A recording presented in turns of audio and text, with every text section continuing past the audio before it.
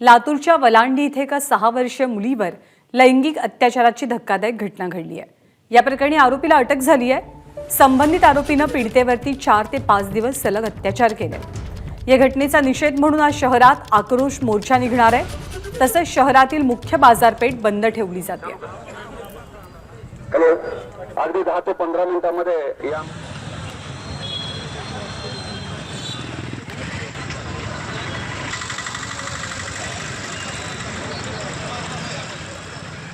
निशांत भद्रेश्वर आपल्याला अधिक माहिती देतात। निशांत, खूप धक्कादायक घटना वलांडीमध्ये घडलेली आहे। या घटनेचे पडसाद आता कसे उमटतात, बंदला कसा प्रतिसाद मिळालाय? लातूरमध्ये आज हिंदू जन आक्रोश मोर्चाचं आयोजन करण्यात आलेलं आहे आणि यानुसार आज लातूर येथील गंजगोलाई भागातून हा हिंदू जन आक्रोश मोर्चा निघणार आहे। तो जुन्या कलेक्टर ऑफिसपर्यंत निघणार आहे।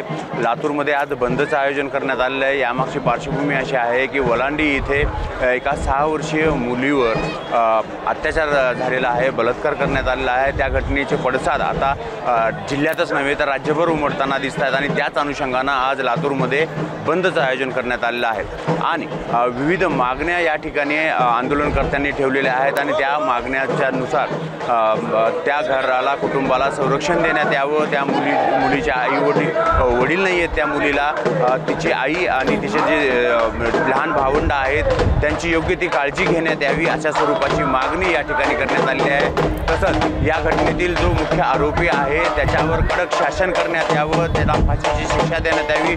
तात्काळ त्याच्यावर फाशीची शिक्षा ते जे प्रकरण आहे ते फास्ट ट्रॅकमध्ये चालवून तात्काळ निकाल देण्यात यावा आणि त्याच्यावर कडक कारवाई करण्यात यावी, अशी मागणी करण्यात येत आहे।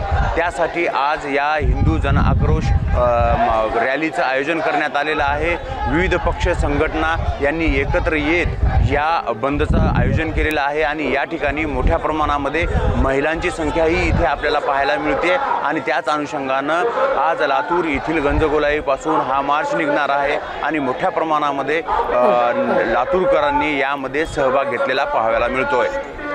गंजगोलाई ते जिल्हाधिकारी कार्यालयापर्यंत हा आक्रोश मोर्चा निघेल। कडक शासन आरोपीला केलं जावं अशी मागणी मोर्चेकऱ्यांची आहे। धन्यवाद या सगळ्या माहितीबद्दल निशांत। ताजे अपडेट जाणून घेत राहू। एबीपी माझा, उघडा डोळे बघा नीट।